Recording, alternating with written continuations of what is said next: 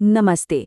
आज हम एक ऐसी कहानी की बात करने वाले हैं जो सिर्फ एक कथा नहीं है, बल्कि हम सबके अंदर जो शक्ति छिपी है ना, उसका एक आईना है। ये कहानी है उस ताकत को फिर से जगाने की जिसे हम अक्सर कहीं ना कहीं भूल जाते हैं। चलिए इस चर्चा की शुरुआत एक सीधे से सवाल से करते हैं। कभी सोचा है कि जब कोई अपनी ही असली ताकत, अपनी ही क्षमता को भूल जाए तो क्या होता है? ये सवाल ही इस पूरी कहानी का केंद्र है और शायद हम सबके जीवन से भी जुड़ा हुआ है। तो कहानी के पहले हिस्से में चलते हैं, जिसका नाम है भूली हुई शक्ति।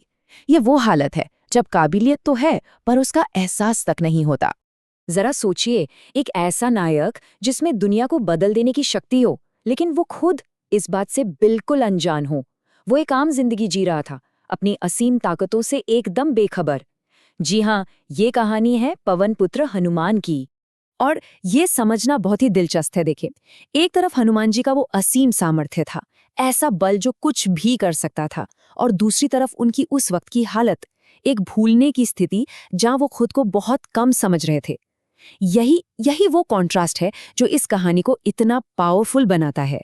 लेकिन जैसा कि होता है, हर कहानी में एक मोड़ आता है और इस कहानी का वो टर्निंग पॉइंट था एक बहुत जरूरी याद। कभी कभी आगे बढ़ने के लिए हमें बस एक सही आवाज की, एक सही शब्द की जरूरत होती है।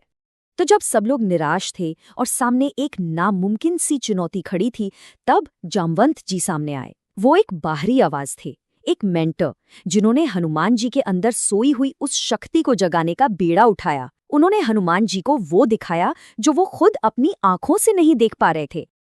और उन्होंने जो कहा वो इस पूरी कहानी का मतलब सार है। उन्होंने कहा, तुम्हारी शक्ति तुम्हारे अंदर ही है। ये सिर्फ शब्द नहीं थे, ये वो चिंगारी थी जिसने हनुमान जी के आत्मविश्वास की आग को फिर से जला दिया। तो बात यह है कि सही समय पर मिला सही मोटिवेशन सब कुछ बदल सकता है। तो उस एक याद के बाद क्या हुआ? अब कहानी अपने सबसे रोमांचक हिस्से पर पहुंचती है, वो छलांग जो असंभव थी। जब भूली हुई शक्ति जागती है ना, तो सच में चमत्कार होते हैं। सामने सैकड़ों योजन लंबा, गरजता हुआ विशाल समुद्र था।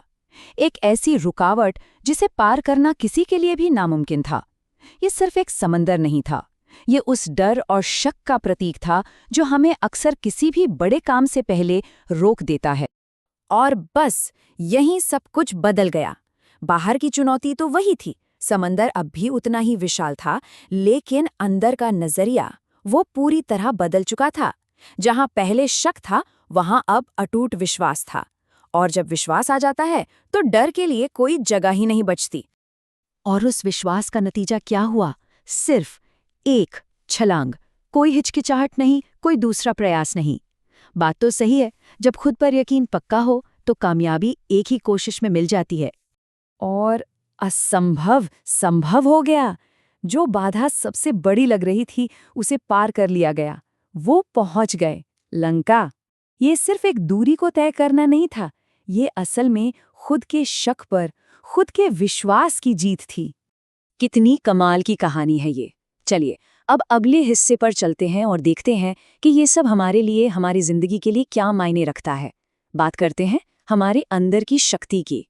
तो इस पूरी कहानी से जो सबसे बड़ी सीख मिलती है वो ये है, हम सब अपनी जिंदगी में कभी न कभी अपनी ताकतों को भूल जाते हैं, चुनौतियों को अपने से बड़ा मानकर घबरा जाते हैं, और तब हमें भी किसी जामवंत की जरूरत पड़ती है। वो कोई दोस्त हो सकता है, कोई टीचर या कोई किताब, जो हमें बस ये याद दिला दे कि जवाब कहीं बाहर नहीं, हमारे अंदर ही छिपा है। तो इस सीख को हम अपनी जिंदगी में कैसे अपना सकते हैं? इसे 3 आसान से कदमों में समझ सकते हैं। पहला कदम, अपनी शक्ति को पहचानें। वो क्या खास बात है जो सिर्फ हम कर सकते हैं। दूसरा कदम, सही प्रेरक को सुने। जो लोग हमें नीचे खींचते हैं उनकी बातों को अनसुना करें और उन्हें सुने जो हमारा हौसला बढ़ाते हैं। और तीसरा और सबसे जरूरी कदम, खुद पर विश्वास करें, क्योंकि जब तक हम खुद पर भरोसा नहीं करेंगे, कोई और कैसे करेगा? तो आज की इस बातचीत को हम इसी एक सवाल के साथ छोड़कर जाएंगे। एक पल के लिए बस सोचें, वो कौन सी शक्ति है, वो कौन सा हुनर है जो हमारे अंदर है लेकिन हम उसे शायद भूल चुके हैं। क्या पता उसे फिर से याद करने का वक्त आ गया हो।